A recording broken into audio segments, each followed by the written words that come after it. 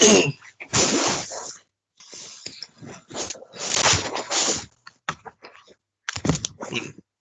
entonces, continuando.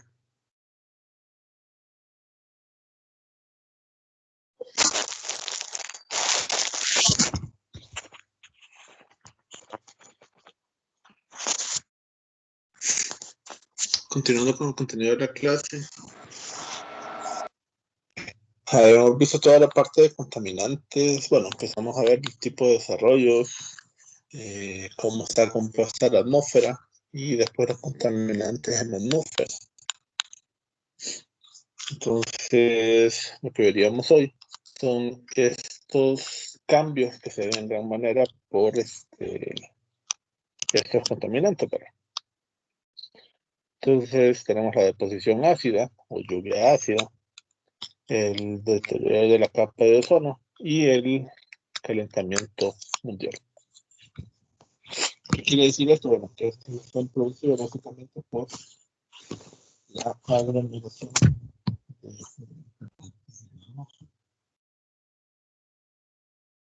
entonces, lluvia ácida básicamente es cuando el agua que se precipita o que cae para hacer una precipitación más tiene un pH cuando está ligeramente cambiado. Como por ese mayor positivo, pues el pH va a disminuir.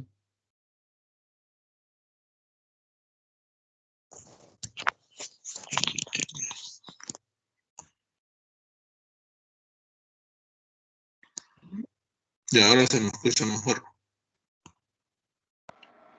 Ahí sí, ahí sí. Gracias.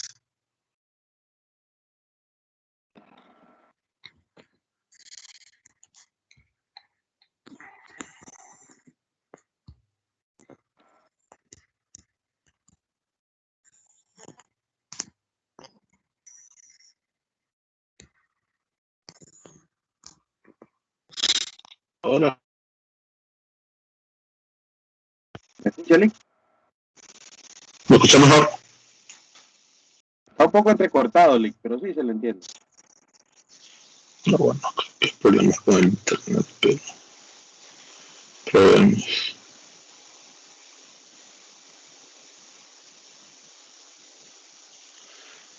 Entonces, lluvia ácida sería básicamente cuando el nivel del pH varía. El pH básicamente es cuando algo, o el parámetro que se utiliza para definir cuando algo está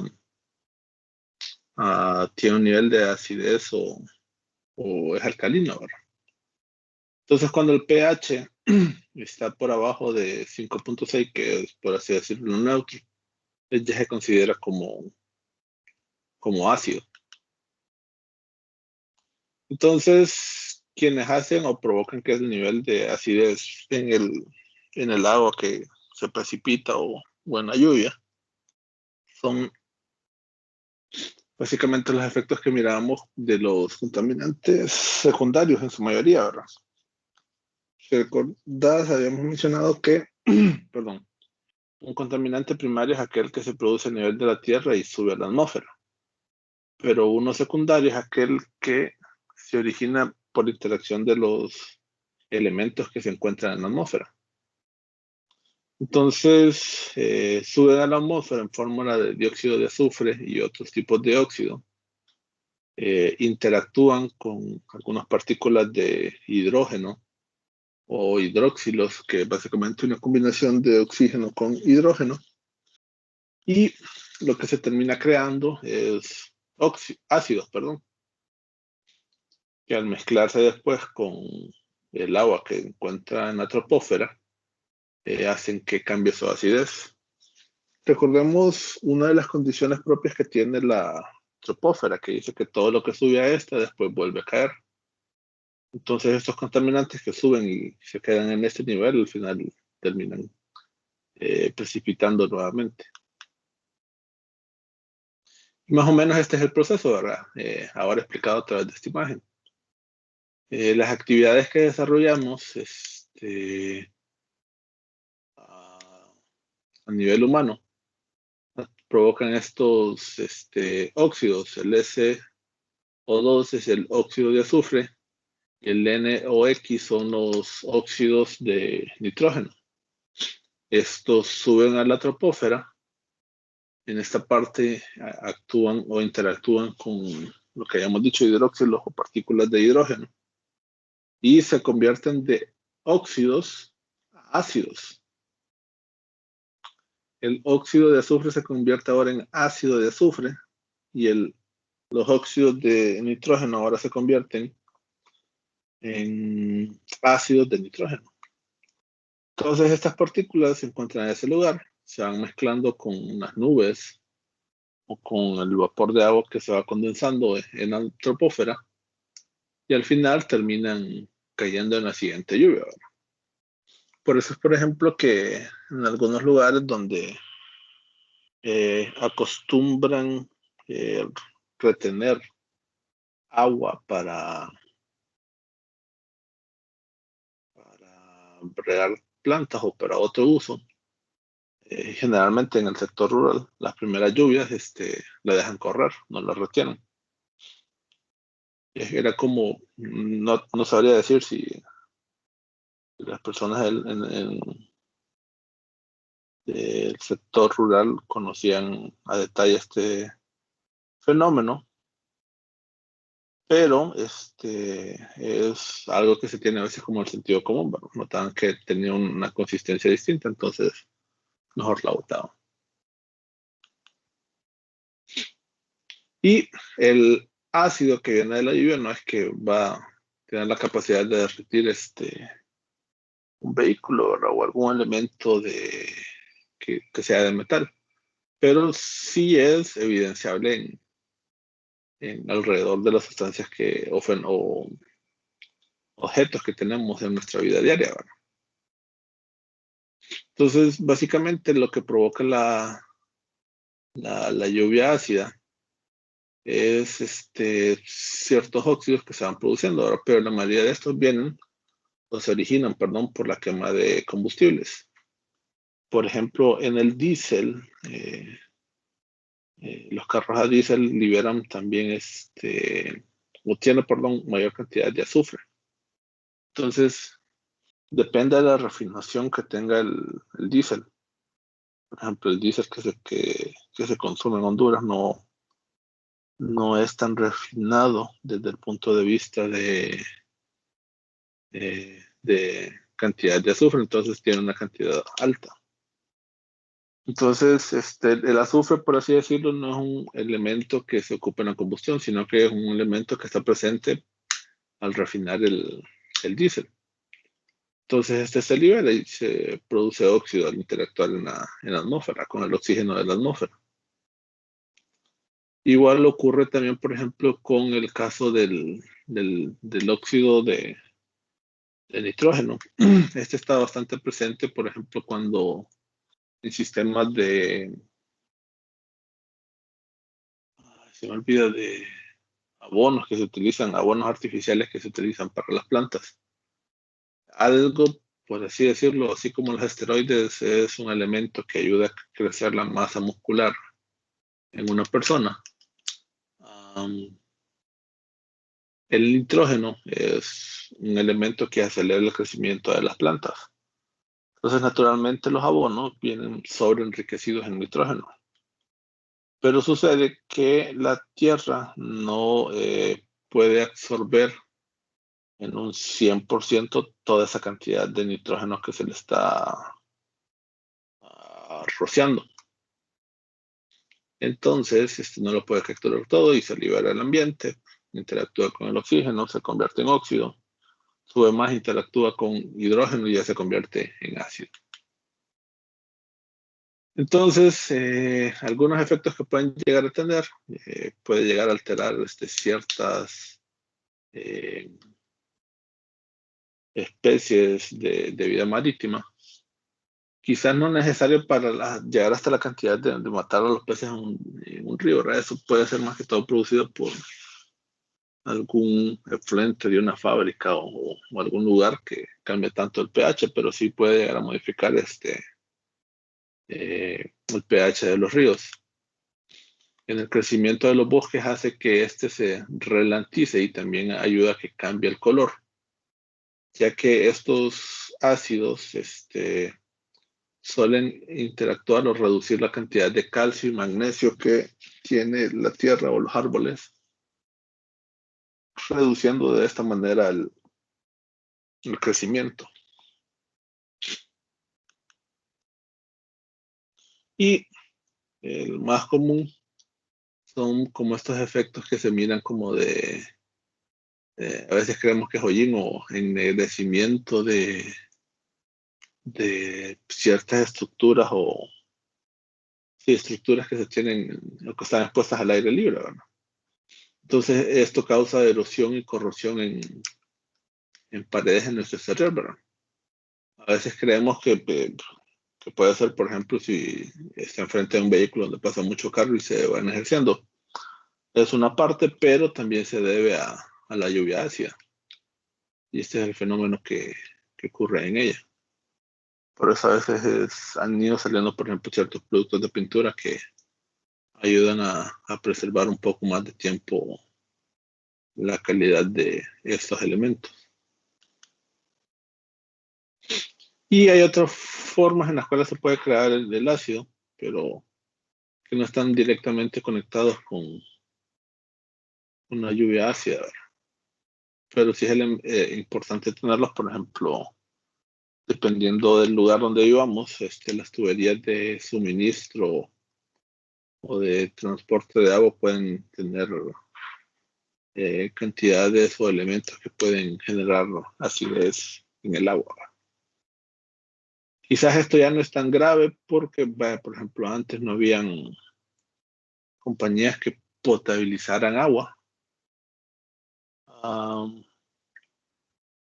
Entonces se tenía que consumir o se tenía que preparar el agua para después posteriormente consumirla, ¿verdad?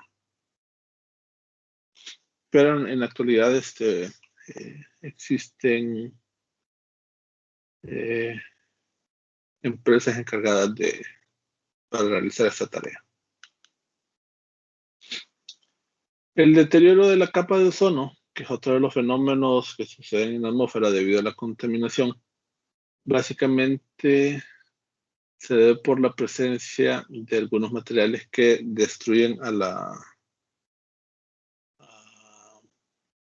ozono. Jimmy, ¿tenías alguna consulta? Sí, le quería preguntar porque aparte de la lluvia ácida, pues he escuchado yo como un mito, como una situación así, como película de terror, ¿verdad? Pero le quiero preguntar, Ajá, en Honduras hemos tenido lluvia ácida. sí. Generalmente, o sea, es la primera lluvia que se tiene como en mayo. Eh, a través de marzo y abril, bueno, habría que ver si este año también, bueno, el año pasado se dio, habría que ver este año. Todos los años se ha dado. Empiezan las quemas de bosques. Quizás el año pasado no fue tanto por eso, pero en los años comunes donde hay mucho vehículo circulando, el año pasado no tanto por la pandemia, se van liberando azufre u óxido de azufre. Entonces, quizás la principal diferencia, por ejemplo, no es comparable, por ejemplo, a la lluvia ácida que se puede existir en, en Ciudad de México o alguna ciudad muy grande de China. Pero esas primeras lluvias que caen sí tienen un nivel de acidez mayor. Recordemos que todo está relacionado en función del pH. Entonces, si el pH es modificado solo un poco, entonces ya se considera como lluvia ácida. Naturalmente, hay que tener algo en cuenta. Por ejemplo, el agua es una especie de ácido, pero no nos hace daño. pero si el nivel de este va incrementando, ahí sí puede tener mayores daños. Entonces, para tener en cuenta ese factor. Y generalmente son las primeras, ¿verdad? Porque si recordamos lo que decíamos cuando hablábamos de la tropósfera, era que en esta ocurren todos los fenómenos meteorológicos que nos afectan. Y su característica principal es que todo lo que sube vuelve a caer. Entonces, si nos ponemos a pensar, ¿cuándo fue la última vez que llovió? Bueno, quizás ahorita sean algunos lluvias leves. Pasan 4 o 5 meses sin lluvia. Entonces, todos estos contaminantes se van acumulando en la tropósfera. Y las primeras lluvias descargan todo ese material. Después, como está lloviendo de una forma constante, entonces no hay tanta concentración de estos elementos. Entonces eso hace que la posible acidez que pueda tener esto sea menor. Entonces en sí de lo que hay que cuidarse es de las primeras lluvias. Ya las siguientes lluvias tienen un impacto menor. No sé si contesté tu consulta. No, no, excelente. Alex. Sí, yo pensaba que la lluvia ácida era muy peligrosa, pero sí, ya entendiendo la situación de que con un solo cambio del pH ya hay lluvia ácida, entonces ya se entiende Ujú. más. Bueno, quizás para nuestro lugar no es tan peligroso, pero por ejemplo hay otros lugares en, en México, por ejemplo, hay días que se restringen la circulación, que tenés que andar, por ejemplo, abrigado. Y hay como controles más estrictos de la calidad del aire. Aquí en Tegucigalpa, allá por el gobierno de Pepe Lobo, se instalaron 3 unidades que medían la calidad del aire. Una estaba en el Parque Central, otra estaba ahí enfrente exactamente del seguro de la granja y otra estaba instalada en la universidad. Eran de la alcaldía, pero al pasar el siguiente gobierno ya no dedicaron recursos para darle mantenimiento, entonces empezaron a dejar de funcionar hasta el punto que en la actualidad ya ninguna de las tres funciona. Entonces sí es algo lo cual se debe monitorizar, pero al menos en Tegucigalpa no tenemos tanta industria en nuestros alrededores, entonces es un fenómeno que incide, ¿verdad? Y sí, básicamente, una pequeña variación del pH ya se considera ácido, pero naturalmente hay varios niveles de acidez, ¿verdad? Entonces, el ozono básicamente es una molécula que está constituida de 3 átomos de oxígeno. Y esta es la que evita que los rayos ultravioleta puedan pasar en gran cantidad a donde estamos ubicados nosotros, ¿verdad? Y evita que los efectos de al exponerse al sol sean menores. Tampoco es que va a ocurrir de esa forma que si nos exponemos a los rayos solares de gran manera, nos va a chamuscar la piel, ¿verdad? Pero sí puede causar ciertos daños que son de forma permanente. Por ejemplo, una persona de esas que acostumbran en verano exponerse al sol para poder quemarse, lo que se dice quemarse. Entonces va a pasar unas cuantas semanas para que la piel se pueda reponer, ¿verdad? Entonces, si la exposición al sol es prolongada y continua, entonces va causando efectos también que son prolongados en las personas que se exponen, ¿verdad? Entonces, la principal función de la capa de ozono es, cuando está en la estratosfera, evitar que estos rayos ultravioletas puedan pasar. Ahora, hay ciertos materiales eh, que generan que la capa de ozono se debilite. No sé si alguna vez has revisado algún aerosol y ahora mencionan de que no traen materiales que dañen la capa de ozono. Los aerosoles, a veces creemos que cuando apretamos el botón, por ejemplo, si es un desodorante, que todo lo que sale por el desodorante perdón, que todo lo que sale por el bote es desodorante. Pero debe de traer otras sustancias que sean las que provoquen de que el elemento salga. Entonces, una de esas sustancias que antes se utilizaban, traían bastante cloro. Y el cloro, a nivel de partículas, tiene un potencial bastante elevado para destruir el ozono. Entonces, había una pequeña variación mayor de cloro. Y lo que hacía es que rompía las moléculas de ozono y creaban una especie de óxido de cloro.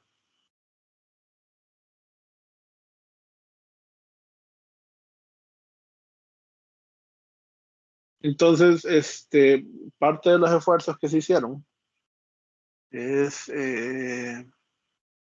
cambiar esta sobreexposición de cloro para no afectar la capa de ozono.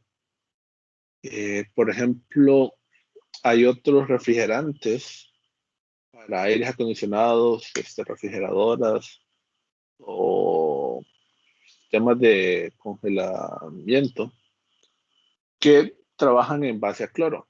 Un refrigerante bastante común es el R22. El R22 tiene presencia de cloro. Entonces también tiene la potencialidad cuando se libera al ambiente de dañar a la capa de ozono. Entonces, al menos esfuerzos, cuando hablamos de capa de ozono, se han avanzado en gran forma.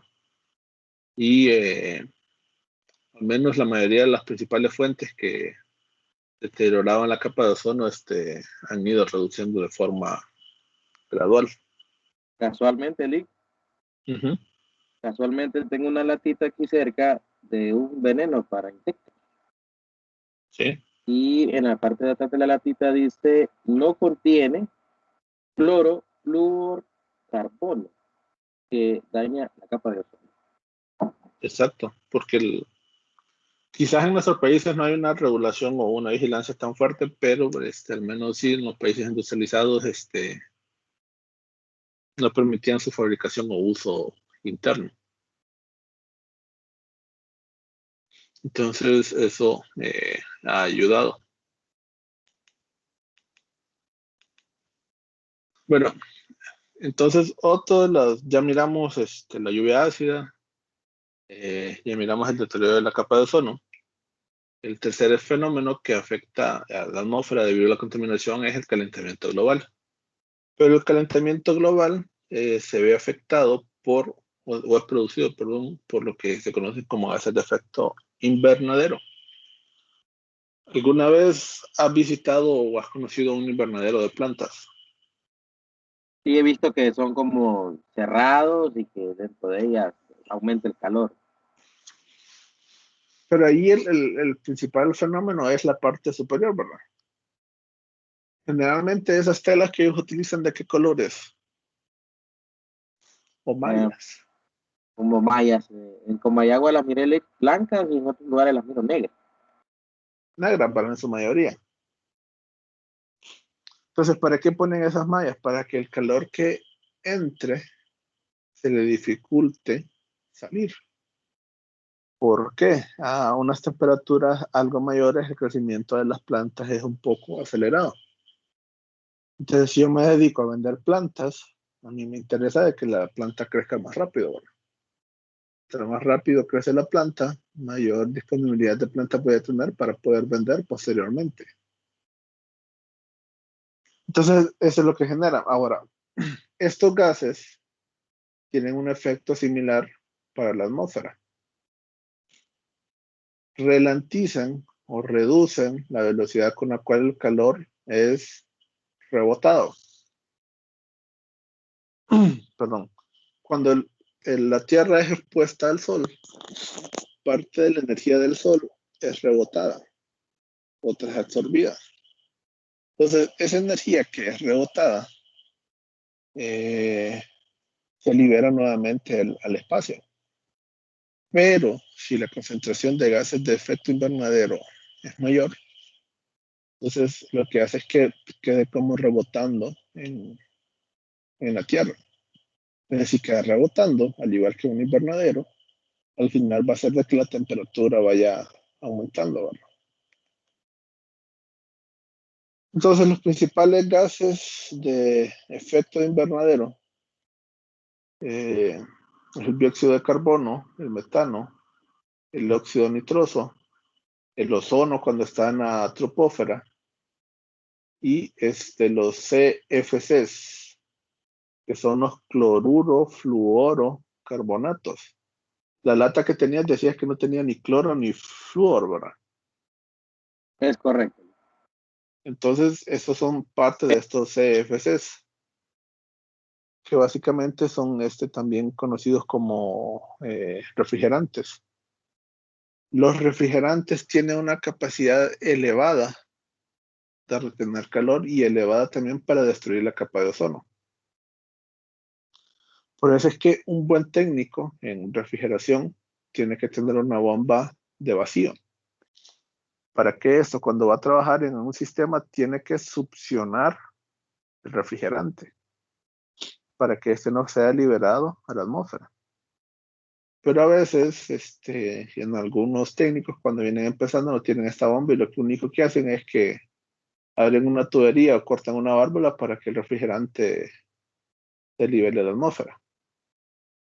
Entonces, eso tiene un gran impacto tanto en el calentamiento global como en la destrucción de la capa de ozono. Pero hay algo que tenemos que tener en cuenta. Si no existieran, bueno, si decimos, bueno, si los gases de efecto invernadero son la culpa, entonces desaparezcámoslos, que no existan. Pero la verdad es que estos gases de efecto invernadero son necesarios para nuestra vida. Si no existieran los gases de efecto invernadero, prácticamente sería imposible poder tener vida en la Tierra. Estos gases de efecto invernadero hacen que en promedio la temperatura de la Tierra sea un poco más estable. Y nos ayudan, por ejemplo, a que no haya grandes diferencias entre el momento cuando estamos expuestos al Sol y cuando no estamos. ¿Qué pasa en la Luna? En la Luna, la temperatura cuando está de frente al Sol puede llegar hasta los 80 grados. Pero cuando hay ausencia del Sol, puede caer hasta menos 90 grados centígrados. Celsius, perdón. Entonces, esa diferencia es prácticamente hace que sea invivible. Pero en la Tierra no. En el día más caluroso, al menos en Tegucigalpa, quizás puede llegar a 33. Y en la noche más fría puede llegar a 10 grados. Y eso durante el transcurso de todo el año, ¿verdad? Y si ya lo miramos día a día, quizás la diferencia solo son unos 15 grados. Ya esas condiciones en las cuales se puede vivir. Entonces, ese servicio nos lo ofrecen los gases de efecto invernadero. Ahora, el problema es cuando la concentración de estos va en aumento. ¿Por qué? Porque a medida que los gases de efecto invernadero van aumentando, la capacidad de retención de calor que tiene la atmósfera también va en aumento. Y ese es el que nos está provocando problemas. Entonces, la función no es reducirlos o desaparecerlos, sino que mantenerlos en un nivel en el cual no generen efectos negativos. Y aquí está lo que te mencionaba. Si no tuviéramos gases de efecto invernadero, la temperatura promedio en la Tierra sería de 33 grados más frío. Es decir, la temperatura promedio en Tegucigalpa anda entre 21 y 22 grados Celsius. Pero debido a los gases de efecto invernadero, se mantiene ese valor, sino salir alrededor de menos 12, menos 11 grados Celsius. Ya estamos hablando de climas que se dan en los polos, ¿verdad? Entonces la vida tal cual como la conocemos, prácticamente sería imposible. Entonces tienen un factor positivo, pero nuevamente el problema no es que estén ahí, el problema es que la cantidad que está presente es elevada. Bueno, aquí empieza la explicación de cada uno de ellos. Si gustas, entonces mejor dejémoslo por aquí porque probablemente no nos va a ajustar el tiempo para explicar cada uno de estos gases.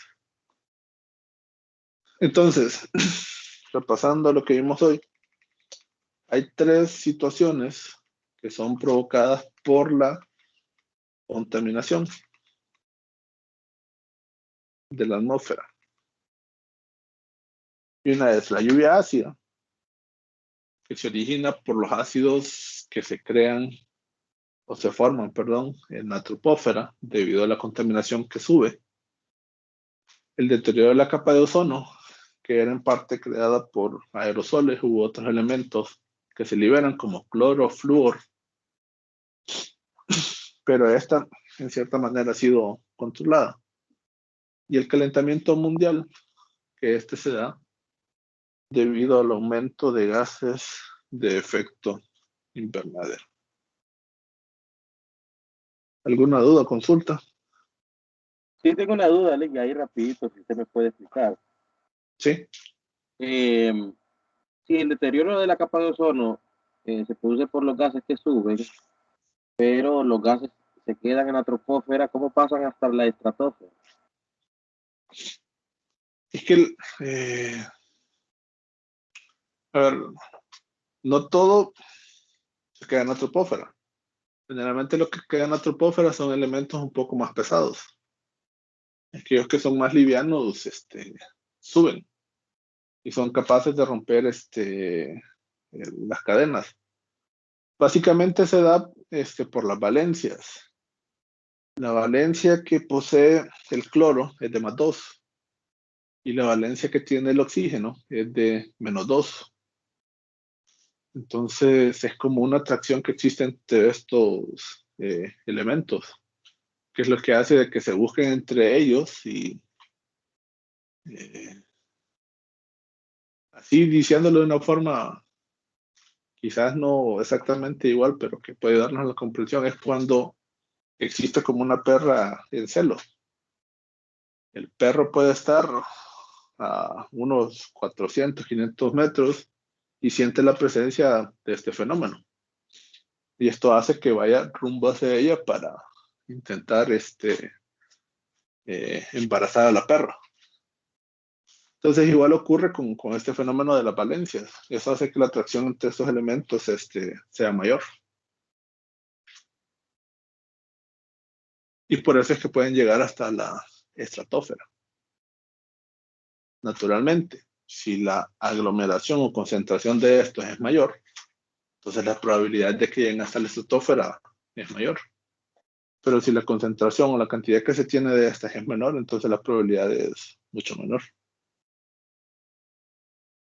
Excelente, Alex, muchas gracias. Así que entonces quedamos aquí por hoy y mañana continuamos. Muchas gracias, Alex, buen día. Cheque igual. Una pregunta. Saludos. Una consulta. Sí. En cuanto al grupo de WhatsApp, ¿se creó o no lo han creado todavía? No, fíjate que no lo he creado todavía, pero ya vale más que me acordaste, lo voy a crear. Ah, gracias, no lo saco con suerte de eso. Cheque. Buen día. Saludos.